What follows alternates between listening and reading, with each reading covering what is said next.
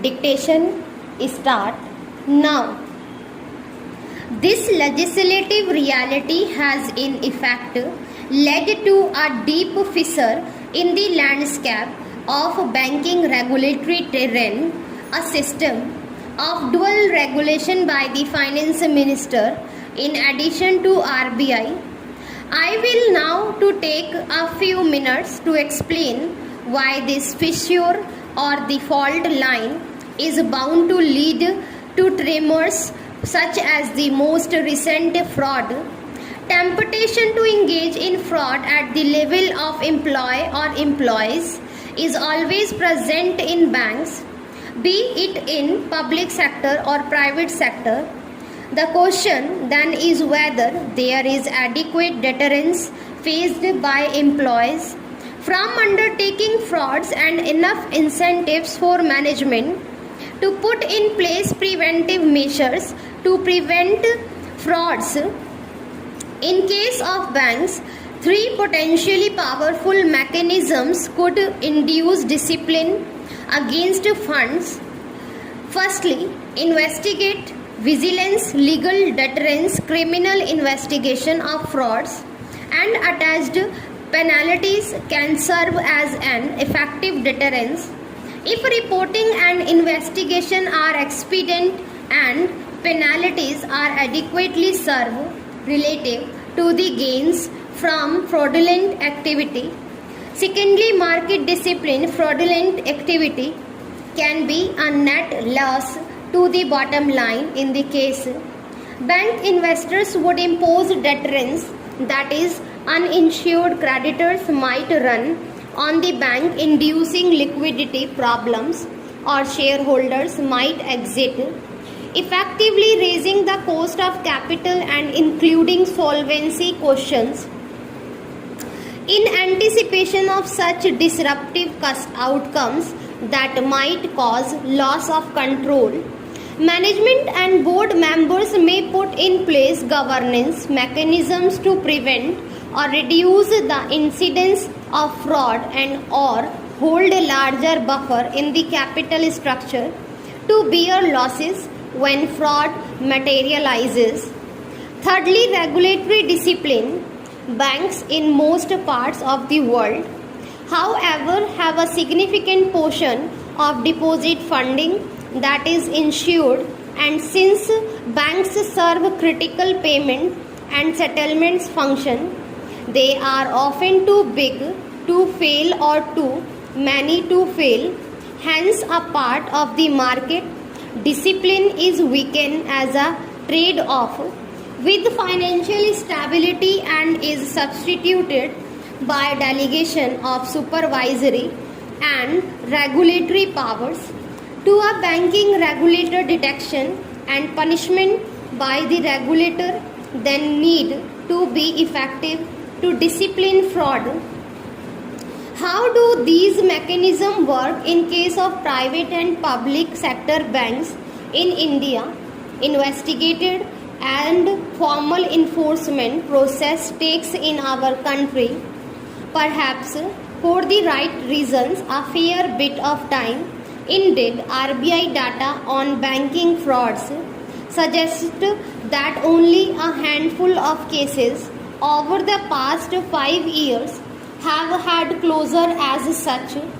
It is fair to say that in case of private sector banks, the real deterrence arises from market and regulatory discipline and their confluence. A private bank CEO primary concern is whether he will be able to raise capital when the need arises, or even whether he will still be running the bank the next day. The point is that they could be readily cautioned through their boards and even replaced by the RBI in case of large or persistent irregularities. Further, a private bank failing to meet bank solvency standards and under RBI's prompt corrective action would find it hard to raise capital where it would not to put the house in order at swift notice so it can raise funding from markets and get back to growth path. In turn, there are incentives to invest in governance so as to limit frauds and regulatory violations and to respond with alacrity when incidents do arise. In contrast, the market discipline mechanism for public sector bank is appreciably weaker compared to that at private banks.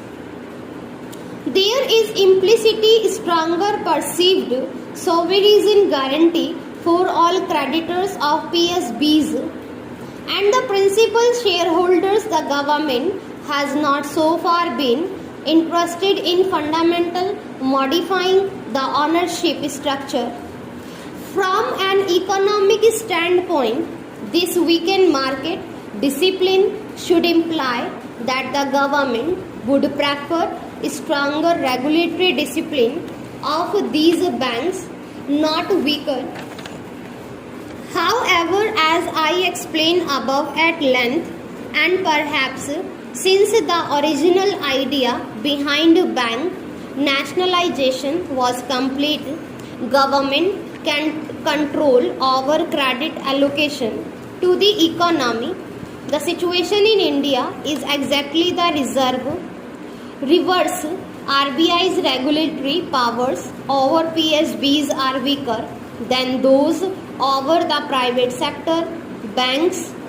The BR Act exemptions for PSBs mean that the one agency, the regulatory, that can respond relatively quickly against banking frauds or irregularities cannot take effective action. Hence, for example, MDs at PSBs find it comfortable to tell media that business will be as usual for them under the RBI's prompt corrective action framework, as even if they do not meet the stipulated restrictions of the framework, the ultimate authority over their tenure is with the government and not with the RBI.